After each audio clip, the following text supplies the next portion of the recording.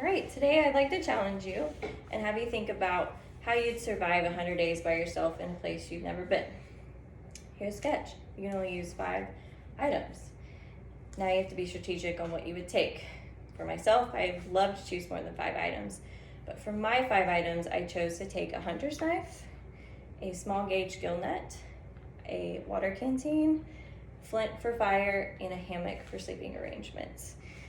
In the article, Theoretical and Applied Climatology by Tom et al. In 2012 states that in Thunder Bay, which is where we're going to be, and that's near Lake Superior up in Ontario, Canada, the climate and temperature can actually vary, mostly due to it being off the lake. So if it's very cold outside and it's snowing, it can cause a freeze. If it's very humid and hot, it can cause fog formation. And just be aware of your typical seasonal months in the spring, summer, fall, and winter. First item that I want to talk about would be a knife. And in the journal, Texas Fish and Game by Rodriguez in 2018, knives can be used to kill animals. It can be used to skin them and debone them, which comes in handy when you need food. Also in the journal of Diving History by La Rochelle in 2010, in the early days, knives were actually made for hunting purposes. And they can also be used to spear and catch fish. Now, I'm not very good at it, nor have I ever really tried, I guess. But I think I could handle spearing a fish if I needed to, if it was shallow enough. But a fun fact is that if you take a piece of cork and you stick it at the end of a knife, it can prevent it from sinking. I know myself, I'm very clumsy, and so if I was trying to spear a fish and I missed, I'd probably drop my knife. So having that cork would definitely be an advantage. So now let's talk about the small gauge gill net. One fun fact about Thunder Bay, according to the journal Northern Review by Lowett in 2020, is that it is known for its small fisheries. So it's perfect for fishing, especially with the gill net, because in the journal Egyptian Journal in Aquatic Biology and Fisheries, that's what gill nets are made for. They're made for small fisheries. And how these work is you drop them in water, they span out, and fish flow in, and they get trapped. So perfect for you because it involves little to no, you don't have to worry about it too much. You can just set it in the water and let it go.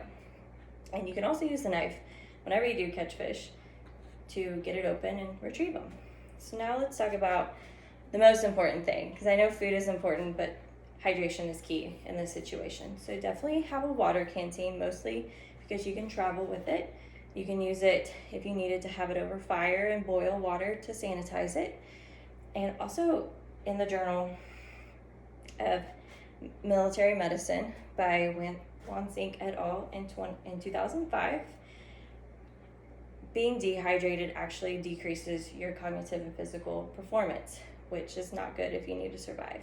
So you need to stay hydrated in order to keep those skills up, to think clearly and straight, and be able to survive, for sure. And food, how to cook food, you need fire. So that's why I chose a flint.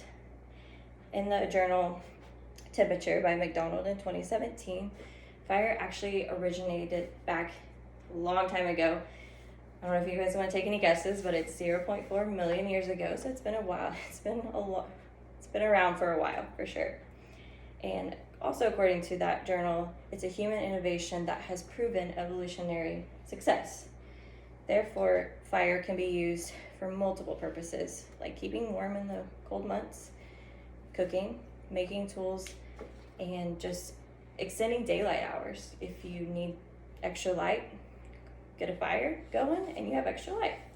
And the last part, it's probably the most important part to me personally, is sleeping arrangements. I don't like to sleep on the ground, so I chose a hammock.